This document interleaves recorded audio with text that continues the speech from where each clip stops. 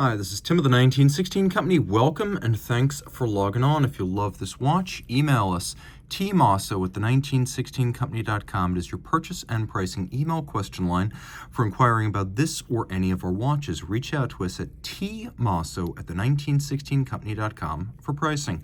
Today we are discussing a watch launched in 2005 from Piaget.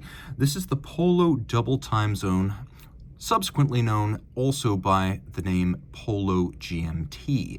So the watch is a JLC-powered Piaget Polo dual-time watch that is 40 millimeters in diameter in rose gold. It measures 10.5 millimeters thick, and from gadroon to gadroon, that is lug to lug, including these end links of the bracelet, you will find that it is 49.1 millimeters. Now I say end links of the bracelet, properly speaking, this is a strap, but you can see that the end links are specialized pieces that are fitted here. Taking a quick look, there is a clasp that features a spring lock retention system, so you can see the spring snaps right into place. It is a type of friction fit clasp. The watch on my 16 centimeter circumference wrist wears well. As you can see, the span of the case is actually quite broad, being about 49 millimeters from end link to end link. This bracelet sort of splits the difference between a strap and a bracelet because it does include the dimensions of end links that swell the watch somewhat across the wrist. Now, if you look over the top, you can see the lugs are still well inboard of my wrist, so if we're just talking about the case, it is quite a bit narrower, but you will wear it with those end links. Taking a quick look, you can see that my wrist wears it well. There's clearance on both sides. I'd recommend it for a wrist as small as 15 centimeters in circumference due to the breadth of the end links. We have a high-grade, large rectangular scale, symmetrical scale, alligator leather strap that always indicates a very high-quality cut of the beast. As you can see, high-gloss finish. We have a folded edge, a monotone stitch. Piaget uses a single-fold, spring-locked, friction-fit clasp, but you can see a little bit like Vacheron in the same period uses a screw-fixed buckle, so the pin is actually fixed by a screw inside the strap, so the two can never come apart, so you don't have to worry about strap pull-through, which occasionally occurs when you have deployant clasps. Taking one more look at those end links, you can see that they are distinct from the case, and they allow a little bit of articulation on each side. We have a pusher adjuster for the date. We have a crown, which is Piaget branded with a Piaget P. The watch is 30 meters water resistant. The original Polo of 1979 featured distinctive lateral gadroons. That was a quartz watch. This is fully mechanical.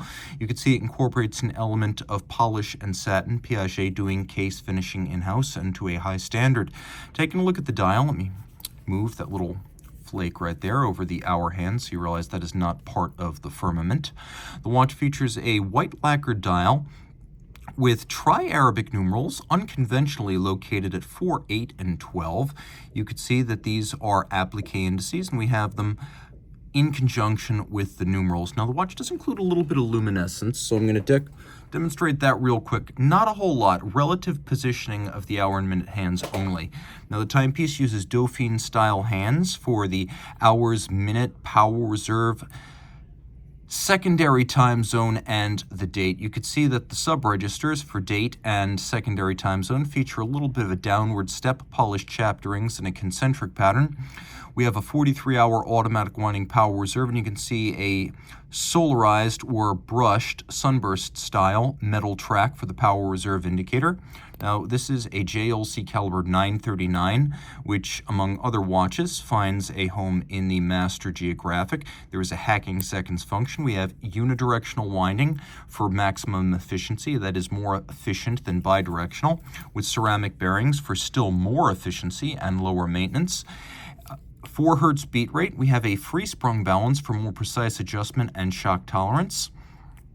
And then we have an intermediate position for the crown. There is a 34 joule JLC movement inside. You can see how I'm able to set the second time zone independently, and that it has a day-night indicator, so I know, for example, whether I'm looking at night or day in that secondary time zone.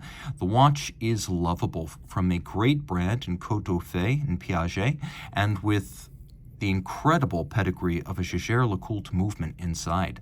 Reach out to Team Mosso at the 1916 Company for purchase and pricing details.